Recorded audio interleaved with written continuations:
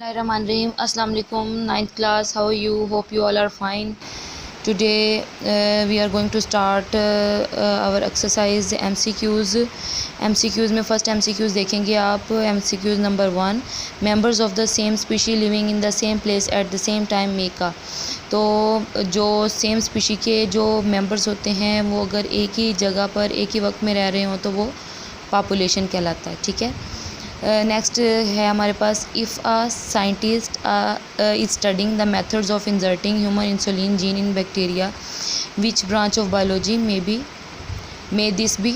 तो अगर साइंटिस्ट जो हैं अगर स्टडी करें डिफरेंट मेथड को, मतलब ह्यूमन इंसुलिन जीन जो है वो बैक्टीरिया के अंदर इंसर्ट करें, तो ये कौन सी ब्रांच होगी? तो ये बायोटेक्नोलॉजी होगी. बायोटेक्नोलॉजी में डिफरेंट टेक्निक्स के ज़रिए ह्यूमन वेलफेयर के लिए इस्तेमाल की जाती हैं डिफरेंट टेक्निक्स को यूज़ करते हुए. तो ये इसका आंसर है biotechnology.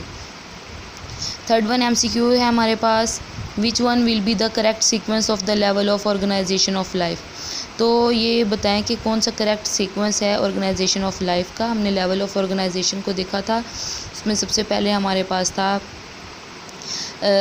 Molecule, organelle, cell, tissue, organ system and individual. तो इसका सी ऑप्शन करेक्ट होगा. नेक्स्ट देखेंगे 4-1 MCQ देखेंगे. Which of these major bio element is in the highest percentage in the protoplasm. तो इसका जो आंसर है वो ऑक्सीजन है. Number 5 which of the following group includes organism all of which are absorptive in nutrition. तो वो कौन सा ग्रुप है ऑर्गेनिज्म का जो कि एब्जॉर्प्शन के ज़रिए अपनी न्यूट्रिशन लेता है, मतलब कहीं पर जाता है किसी होस्ट पर, वहाँ पर जाकर जज्ब करता है अपनी फूड को. तो वो है फंजाई, फफूंदी जिसको कहते हैं. सिमिलरली नेक्स्ट देखेंगे MCQ number 6. Similar cells organize into groups and performing the same function are known as. तो एक जैसे ही सेल ऑर्गेनाइज होते हैं ग्रुप में और एक ही फंक्शन परफॉर्म करते हैं. अगर सेल्स इकट्ठे हो रहे हैं, ऑर्गेनाइज हो रहे हैं, तो वो टिश्यूज़ बनाएंगे. ठीक है. MCQ नंबर 7 देखेंगे. Which of these tissue also make the glandular tissue in the animals. तो ग्लैंडुलर टिश्यूज़ जो हैं वो कौन से बनाते हैं एनिमल्स के अंदर? तो वो उसका आंसर है जी आपके पास epithelial tissue. Next is the level of organisation that is less definite in plants is. Level वो कौन सा लेवल ऑफ ऑर्गेनाइजेशन है जो प्लांट्स के अंदर इतना ख़ास नहीं है? तो वो ऑर्गन सिस्टम लेवल है कि प्लांट्स के अंदर जो है वो कोई ख़ास किस्म का ऑर्गन सिस्टम लेवल मौजूद नहीं होता. नंबर 9 देखेंगे. What is true about Volvox. Volvox के बारे में क्या ट्रू है? वॉलवॉक्स के बारे में यही ट्रू है कि वो कॉलोनियल यूकेरियोट हैं, कॉलोनी की फॉर्म में रहते हैं और वो यूकेरियोट हैं, मतलब उनकी बॉडी में वेल डेवलप्ड सेल के अंदर न्यूक्लियस मौजूद होता है. MCQ नंबर 10 देखेंगे. When we study the feeding relations among different animal species of a forest at what level of organization we are studying. तो इसका आंसर है सी, दैट इज़ कम्युनिटी. और आज हम नेक्स्ट चैप्टर भी स्टार्ट करेंगे, चैप्टर नंबर 2, जिसका नाम है solving uh biological problem.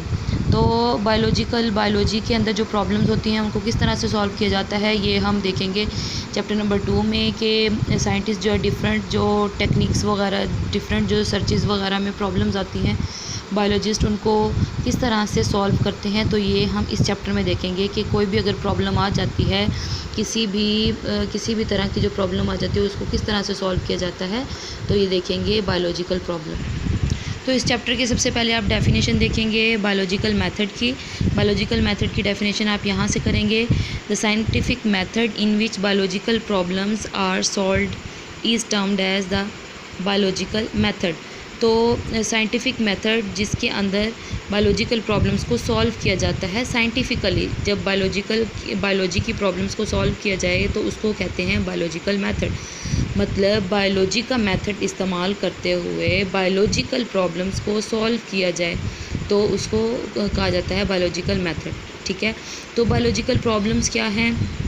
For example अगर कोई डिज़ीज़ आ जाती है किसी ह्यूमन के अंदर, तो वो उसकी डिज़ीज़ की जो है वैक्सीन या उसकी जो ट्रीटमेंट के लिए जो दवा तैयार करनी है वो किस तरह से तैयार करनी है, ये बायोलॉजिकल मेथड में हम डिस्कस करेंगे. बायोलॉजिकल प्रॉब्लम को सॉल्व करने के लिए डिफरेंट स्टेप से गुज़रना पड़ता है साइंटिस्ट को. तो ये देखेंगे biological problem, hypothesis, deduction and experiments. ठीक है, यहाँ से देखेंगे in solving a biological problem biologist takes following steps. Biological problem को हल करने के लिए बायोलॉजिस्ट मुख्तलिफ स्टेप्स से गुजरते हैं, मुख्तलिफ स्टेप्स लेते हैं।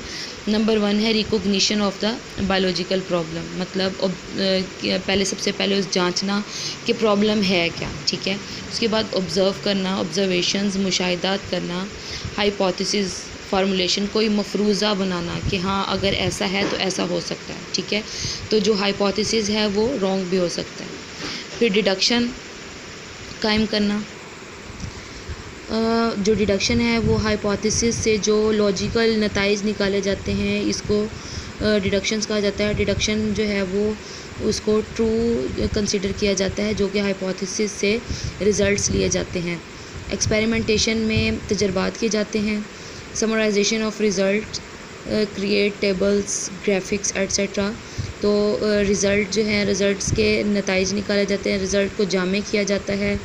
जो नताइज निकलते हैं उनको जामे किया जाता है, मतलब बिल्कुल जामे मुख्तसर सी उसको लिस्ट में लेकर आया जाता है या उसको टेबल में या फिर उसको तस्वीर की फॉर्म में समराइज़ किया जाता है। रिपोर्टिंग द रिज़ल्ट, और रिज़ल्ट को पेश किया जाता है। The detail of these steps are as under, और ये इनको डिटेल से डिस्कस किया गया है डिफरेंट स्टेप्स में, वो हम इंशाल्लाह कल डिस्कस करेंगे।